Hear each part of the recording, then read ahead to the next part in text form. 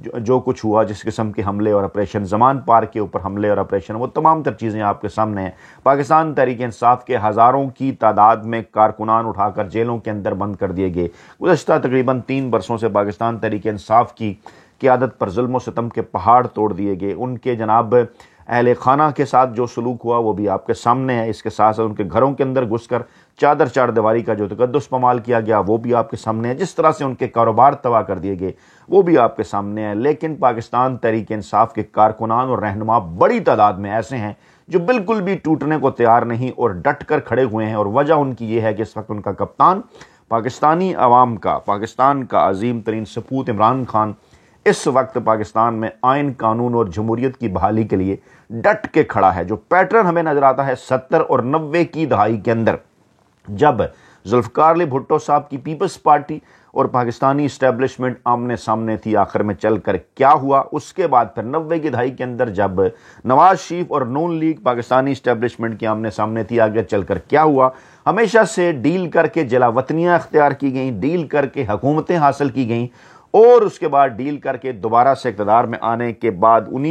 اسی فوجی اسٹیبلشمنٹ کی گود میں بیٹھ کر جن کے خلاف شروع میں ایک نام نہاد جدوجہد کی گئی، پاکستان کو اسی دھانے پر پہنچا دیا گیا جس کے متعلق دعویٰ کیا جاتا تھا کہ نہیں جناب، ہم تو پاکستان کے اندر جو ہے وہ آئین اور جمہوریت کی بحالی چاہتے ہیں۔ لیکن کیا کچھ ہوا وہ آپ کے سامنے ہے۔ اس مرتبہ آؤٹ آف سلیبس کپتان ایک ایسا پولیٹیشین، ایک ایسا سیاستدان جو کہ تمام تر روایتی حربے آزمائے جانے کے باوجود پاکستان کے طاقتور حلقوں کی جانب سے، پاکستان کے روایتی سیاسی مافیا کی جانب سے، پاکستان کی انتظامیہ بیوروکریسی کی جانب سے، پاکستان کے میڈیا کی جانب سے، پاکستان کی نام نہاد آزاد عدلیہ کی جانب سے ایک ایک کر کے وہ تمام تر حربے پاکستان تحریک انصاف اور عمران خان کے خلاف جناب آزمائے جا چکے۔ لیکن عمران خان ہے کہ ٹوٹ نہیں رہا، عمران خان ہے کہ ڈٹ کے کھڑا ہے اور واضح کر دیا ہے اس نے کہ جب تک پاکستان کے عوام کے آئین، قانون اور جمہوریت کے حوالے سے جو حقوق ہیں ان کو نہیں دلاؤں گا، اس وقت تک میں جناب کسی قسم کی بھی کوئی آپ کے ساتھ ڈیل یا NRO آپ کو دینے کے لیے تیار نہیں ہوں۔ اب اس ماحول کے اندر نت نئے طریقے پینترے بدلے جا رہے ہیں روایتی سیاسی مافیا کی جانب سے، اور ان پینتروں کے اندر کبھی خیبر پختونخوا اور بلوچستان کے اندر آپریشن کی باتیں ہیں، کبھی جناب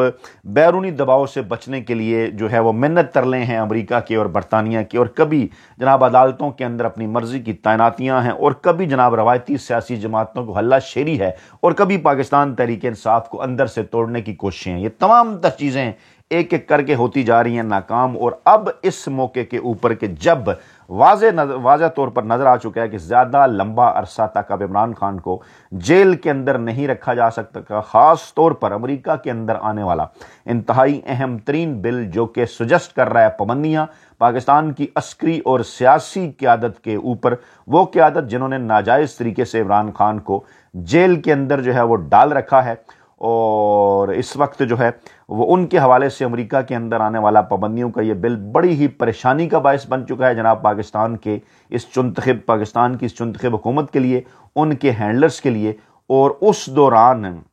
جو حربے آزمائے جا رہے ہیں اس میں جناب ایک حربہ یہ بھی ہے جو آج کا بیان ہے کہ وفاقی حکومت گرانے کی ہمارے پاس طاقت ہے، وفاق کو کینالز منصوبے پر ہماری بات ماننا پڑے گی۔ اور یہ بات جناب کراچی میں سینئر صحافیوں سے غیر رسمی گفتگو کر رہے تھے وزیر اعلیٰ سندھ مراد علی شاہ۔ کچھ اس قسم کی خبریں بھی آ رہی ہیں کہ اعتراض ہے پیپلز پارٹی کو کہ جناب آرمی چیف صاحب نے اور مریم نواز صاحبہ نے مل کر کسی کینال کا افتتاح کیا ہے، اور اس حوالے سے یہ دعویٰ کیا جا رہا ہے پیپلز پارٹی کی جانب سے کہ جناب اس طرح سے یہ چیزیں میڈیا پر سامنے نہیں آئیں، لیکن ہم یہ کینالز کسی صورت بننے نہیں دیں گے۔ اور انہوں نے کہا ہے جناب کہ وزیر اعظم اس معاملے کو ختم کرنے کے لیے اعلان کریں کہ وفاق اس منصوبے کی حمایت نہیں کر رہا۔ اگر وزیر اعظم اعلان نہیں کریں گے تو ہم سندھ کے عوام کے ساتھ ہیں۔ اور ذرا سوچئے کہ ایک طرف تو آصف زرداری صاحب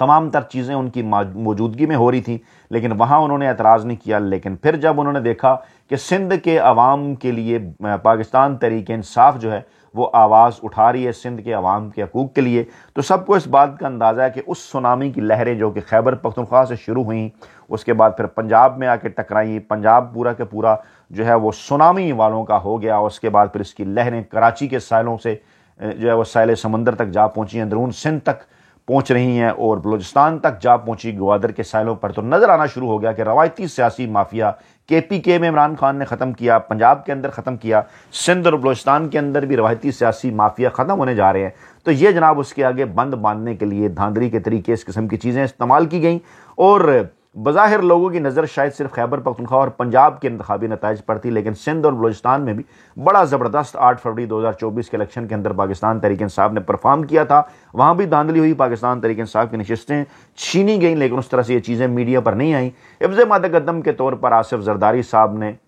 جو سندھ کی حکومت دھاندلی کے ذریعے حاصل کی، اس کے ذریعے وہ پاکستان تحریک انصاف اور عمران خان کا راستہ روکنا چاہتے ہیں، اور اب اس معاملے کے اوپر اس قسم کی بات کر کے پاکستان تحریک انصاف کو پیغام پہنچا رہے ہیں. ایک دفعہ پھر کچھ عرصہ پہلے بھی، چند دن پہلے بھی اس قسم کے پیغامات پہنچائے گئے کہ ہم جناب آپ کے ساتھ مل کر ان ہاؤس تبدیلی لا سکتے ہیں، شہباز حکومت گرا سکتے ہیں، آپ ہمارے ساتھ مل کے چلیں. وزیر اعلیٰ سندھ کا کہنا تھا کہ سندھ ہماری زندگی ہے، وفاق کو ہماری بات ماننا پڑے گی. اپوزیشن والے چاہتے ہیں کہ وفاق کی حکومت ختم ہو جائے، مگر ہم اپنے انداز میں بات کر رہے ہیں اور ہم کینالز کسی صورت نہیں بننے دیں گے. ہمارے پاس وفاقی حکومت کو گرانے کی طاقت ہے، مگر ہم اپوزیشن کے کہنے پر ایسا نہیں کریں گے. یہ ہے وہ ڈول جو کہ ڈالا جا رہا ہے بلاول بھٹو زرداری کی شیرباد کے اوپر. اور جناب آگے چل کر وہ کہتے ہیں کہ 1992 کے پانی معاہدے کے خلاف ہیں، مگر اس کے تحت بھی ہمیں پانی نہیں ملتا. CCI کا اجلاس بلایا جائے. صدر آصف زرداری نے چولستان کینال کی منظوری نہیں دی گئی. صدر سے میٹنگ کا بہانہ بنا کر منصوبے کی منظوری کا کہا گیا، اور صدر سے میٹنگ میں اضافی زمین آباد کرنے کا کہا گیا، جس پر زرداری نے کہا کہ صوبوں کو اعتراض نہیں تو ضرور کریں. اب یہ چیزوں کو کور کرنے کی کوشش کر رہے ہیں کیونکہ آصف زرداری صاحب کی اشیرباد سے یہ سب کچھ ہوا. اور علی امین گنڈاپور نے آبادی کے لیے NFC ایوارڈ میں حصہ نہ ملنے پر صدر مملکت کو خط لکھ دیا. اب ذرا دونوں معاملات کو جوڑ کر دیکھنا ہے. اور علی امین گنڈاپور نے آصف زرداری کو خط لکھا کہ 2018 میں سابقہ قبائلی اضلاع کو KPK میں ضم کیا گیا، اور ضلع کے انضمام سے صوبے کی آبادی میں 57 لاکھ افراد کا اضافہ ہوا، لیکن ابھی تک اس آبادی کے لیے NFC ایوارڈ میں حصہ نہیں مل رہا، اور سابق فاٹا کا شیئر وفاقی حکومت کو مل رہا ہے، جو کہ غیر آئینی ہے. مالی وسائل کی تقسیم کے لیے 10واں NFC اجلاس جلد بلایا جائے. یہاں جناب یہ NFC اجلاس کی بات کر رہے ہیں، وہاں پر جناب پانی کے حوالے سے اجلاس کی بات علی امین گنڈاپور کر رہے ہیں. اور مقصد کیا ہے کہ ان معاملات کے اوپر پاکستان تحریک انصاف کے ساتھ مل کر چلا جائے، حکومت کو ایک میسج دیا جائے. اس سے پہلے جناب کچھ روابط بھی ہوئے ہیں پاکستان تحریک انصاف کے وہ ارکان جو کہ ماضی میں پیپلز پارٹی کا حصہ رہے ہیں، چاہے وہ بیرسٹر گوہر صاحب ہیں، اور چاہے وہ لطیف کھوسا صاحب ہیں، اور چاہے جو ہے وہ دیگر چاہے وہ بابر امان صاحب ہیں جو ماضی میں پیپلز پارٹی کا حصہ رہے، آج کل جو ہے وہ پاکستان تحریک انصاف کا حصہ ہیں. ان کی جانب سے مسلسل پیغام رسانیوں کا جو سلسلہ ہے وہ جاری ہے پاکستان تحریک انصاف کو، عمران خان کو، اور کہا یہ جا رہا ہے کہ آپ کے ساتھ مل کر ہم یہ موجودہ حکومت گرا سکتے ہیں. لیکن پاکستان تحریک انصاف کو اچھی طرح سے پیپلز پارٹی کی بلیک میلنگ کا اندازہ ہے. اس سے پہلے مولانا فضل الرحمان صاحب کی جانب سے بھی مختلف چیزوں کے اوپر بلیک میلنگ کی گئی، اب پیپلز پارٹی کی جانب سے بھی کی جا رہی ہے. اور اگر اسی طرح سے جس طرح سے نون لیگ، پیپلز پارٹی، JUI اور بلوچ قوم پرست جماعتوں نے ایک دوسرے کو اکوموڈیٹ کرنے کے لیے ایک دوسرے کی بلیک میلنگ کو قبول کرتے ہوئے مستقبل میں اپنی سیاسی دکانیں بچاتے ہوئے جو ہے وہ PDM-1 کے دور کے اندر، جب PDM-1 بنی عمران خان کے دور کے اندر، جس طرح سے انہوں نے عمران خان کی آئینی، قانونی اور جمہوری حکومت گرائی تھی، اسی طریقے سے عمران خان بھی، پاکستان تحریک انصاف بھی یہ حکومت گرا سکتے ہیں اگر اسی قسم کی بلیک میلنگ جو ہے وہ اس کو اکوموڈیٹ کیا جائے، اسی قسم کے اپنے سیاسی مفادات کا تحفظ کیا جائے تو یہ بھی ممکن ہے. لیکن عمران خان اور پاکستان تحریک انصاف اس وقت آئین کے لیے، قانون کے لیے، جمہوریت کے لیے، پاکستان کے عوام کے حقوق کے لیے کھڑے ہیں، اور وہ کسی بھی قسم کی بلیک میلنگ سے جو ہے وہ متاثر ہو کر اور اس حکومت کو گرا کر مستقبل میں اس بلیک میلنگ کا سامنا پیپلز پارٹی یا JUI کی جانب سے نہیں بننا چاہتے. اس لیے ان کا جو دار و مدار ہے وہ صرف اور